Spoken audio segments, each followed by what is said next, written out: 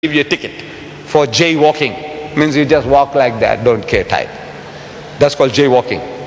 The Christians have jaywalking into people's names. Where there's no J, J, J, J, J. I said, where did you get the J's from? Look, it's an amazing situation that Isa and Esau, in the different languages of the world, they have the Bible. He said in how many languages? Hundreds of languages. Every language group has its own particular way of pronouncing the name. The Africans in South Africa, they say Jesu. Not Jesus, they say Jesu. You take exception to that? Look, that is their way. See? But now, the thing is getting, they can swallow the camel, but they're struggling at the end, the gnat. The challenge, Allah says, tell them, Kul hatu burhanakum. Produce your proof, your evidence. And at one stage, when I was mentioning, I said, look, this is what you said. And he said, he was ready there and then, at the very moment, to come forward and give us the proof.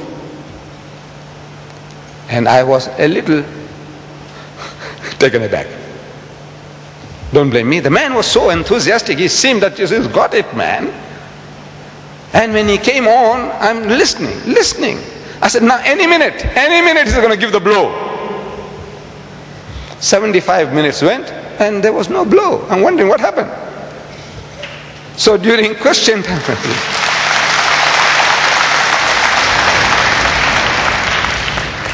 during the rebuttals, he came forth, he brought a book. But he didn't make it clear to the people what that book was all about. I couldn't sense it then. It took me some time. He brought this book. This green book here. I wonder if you saw this. He was brandishing this book. And he was trying to give us a sample of something like the Quran. He read out in Arabic. And most of us, non-Arabs, we start wondering, man, what is it the Quran? We are not all Hafizul Quran. We don't know the Quran by heart, by memory. So we are guessing, it sounds like Arabic, it sounds like some Quranic words. He was reading from this book. They have produced this new book, a new gospel in Arabic. This book is a book in Arabic of messages from the Bible, and they call it contextualization. Contextualization. It's a new word for me. In other words, they want to present the Bible to you in a language which you are used to. So they start, this is the Bible, the New Testament, messages from the Bible. You open the book, first chapter, it begins. It begins here, first chapter. They're trying to produce now something like the Quran to challenge you that look, we can also do the same. First verse, every chapter, first verse, Bismillahir Rahmanir Rahim, Bismillahir Rahmanir Rahim, every chapter, Bismillahir Rahmanir Rahim. Is this what you have produced, you copycats?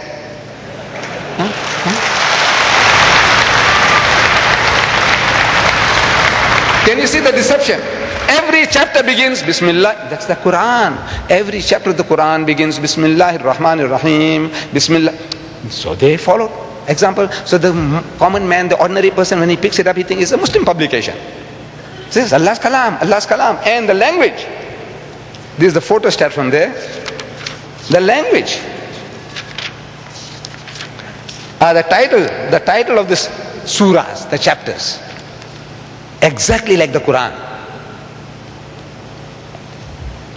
You see, we have the Quran, the surahs in the Quran. We say Makki surahs and Madani surahs. Surahs that were revealed in Makkah are Makki, and those that were revealed in Medina are Madani. So they give you the same. Now they tell you these are Maqdisi. Maqdisi, Baitul Muqaddas means it was revealed in Jerusalem or around. So when you say Maqdisi, Makki, Madani, now you use Maqdisi. It's the same type of language they use. Then it begins. Zikru, ta'budi, Zakaria. You read in the Quran. Zikru, abdahu, Zakaria. So, Zakaria, al-muttaqin, wa ma kana, shaykhun kabir, wa in kana, liyadkhulul mihrabi. Words from the Quran they have been stealing, putting inside the book, and now they produce this to say, so you see, we have produced something to compete with the Quran. After 1,400 years, the Arab Christian has done it. I think we should give them an applause. After 1,400 years, there's 14 million Arab Christians, they did it. They've done the job. And they're presenting it to the Muslims now. Here is what we have produced. Cheating, deceiving.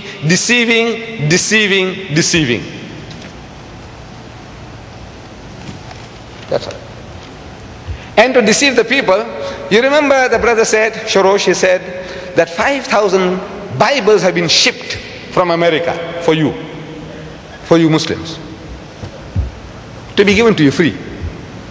Very generous. The Christians are very generous. But he says it was wrongly addressed. This is God's way. Allah did it. Can you imagine 5,000 coming? But sooner or later they'll rectify the situation.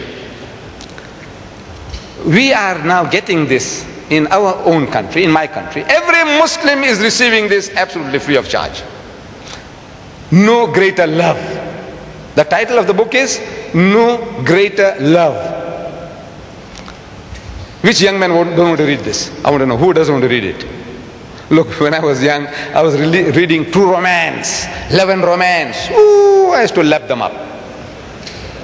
There's a stage in every man's life. There was a time I started with comics, and then I advanced to love and romance, and from there on I went to true detective mysteries, and then from there to mystic science, and then on to religion. This is how your tastes cultivate from childhood, from comics to no greater love. What do you think it is all about? Can you guess? No greater love. You think it's Lady Chatterley's Lover? It's got nothing to do with Lady Chatterley's Lover. The book that was banned in my country for 20 years because of one 4-letter word inside there. You know what is this? This is the Injil. This is the New Testament. Look at this. Look at it, multicolored. Look at the beautiful rose. Catching fish.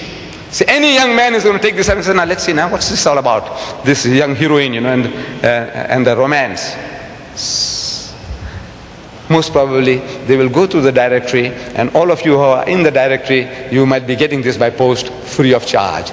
So far, it tells us here, 2,750,000 have been given out free.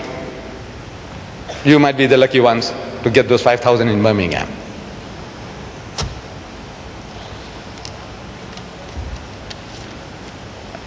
Now, to give you some fresh examples of what I was talking about yesterday. You see, Dr. Shorosh in the debate, he mentioned one of the most stupendous feat of Hazrat Isa alayhi salam, Jesus. And he quoted from John, Gospel of St. John, chapter 3, verse 13. He quoted, he says, no man has ascended into heaven. No man has ascended into heaven except the Son of Man. Who is the Son of Man? Jesus. Except the Son of Man who descended from heaven, who is in heaven. That's John chapter 3, verse 13. He quoted that. No man has gone up except Jesus. But the man hadn't gone up when this thing was written.